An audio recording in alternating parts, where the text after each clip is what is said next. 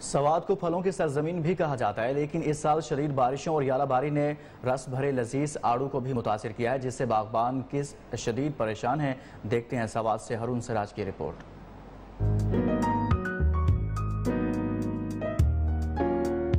سوات کی مٹی آڑو کے لحاظ سے انتہائی زرخیز ہے۔ یہاں کے باغات میں تیار لذیذ آڑو اپنی مثال آپ ہے۔ سوات میں بے وقت بارشوں اور یالہ باری نے آڑو کے باغات کو شدید متاثر کیا ہے، جس سے باغبان پریشان ہیں۔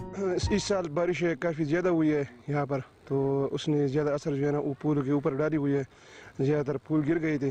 تو ابھی ہمارے جو آڑو کی فصل ہے اس میں ہمارے کافی زیادہ نقصان ہوا ہے۔ وادی سوات میں آڑو سب سے زیادہ رقبے پر لگایا جانے والا پھل ہے۔ یہاں 15 سے زیادہ اقسام کے آڑو پائے جاتے ہیں، جبکہ بیشتر افراد کا روزگار باغات سے وابستہ ہے۔ آڑو میں تقریباً 15 اقسام ہے، اس میں 5 and 7 جو ہے نا وہ بہت فیوریٹ ہے لوگوں کا۔ یہ فروٹ جو ہے آل اوور پاکستان میں بہت مشہور ہے، لوگ بہت مزے سے کھاتے ہیں۔ ماہرین کا کہنا ہے اس سال بارشوں اور یالہ باری سے آڑو کی فصل کو 50% سے زائد نقصان ہوا ہے۔ کیمرہ ٹیم کے ساتھ ہارون سراج، نیو نیوز سوات۔